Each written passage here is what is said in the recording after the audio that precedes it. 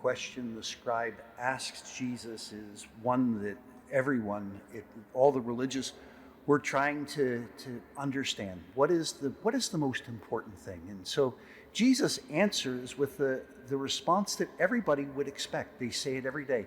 You shall love the Lord your God with all your heart, with all your soul, with all your mind. There would be no questioning that. But to say to love your neighbor as yourself is the second commandment, think of the times that Jesus was criticized for curing somebody on the Sabbath. He's bringing one of the lesser commandments and putting it right up there with the love of God.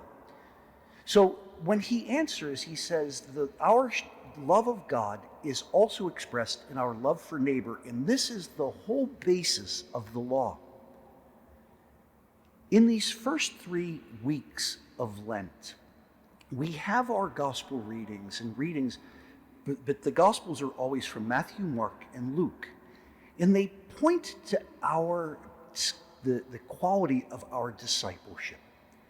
And as we listen to these, many times we recognize that we are missing the mark here or there, or perhaps across the board, that we don't live up all the time to the demands of the gospel. And these being the first, the love of God and the love of our neighbor. Next week, the Gospels will come from the Gospel of St. John, and it is going to present Jesus as the answer to all of our troubles. To be his disciple, to allow him to come, will be the answer to all of our limitations. But as we come to the end of this 3rd week, putting these commandments of loving God and loving our neighbor, where we don't measure up, this is where grace comes in.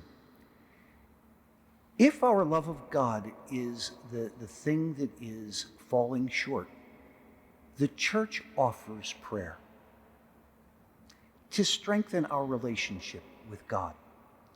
If it is our relationship with our neighbor, we have almsgiving to look for the needs of others, to get us back to where we can indeed love God and our neighbor.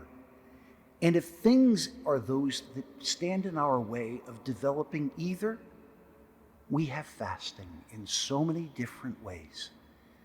We may uncover in our lives where we fall short, but the church also offers remedies for the areas where we continue to need to grow in love of God and of our neighbor.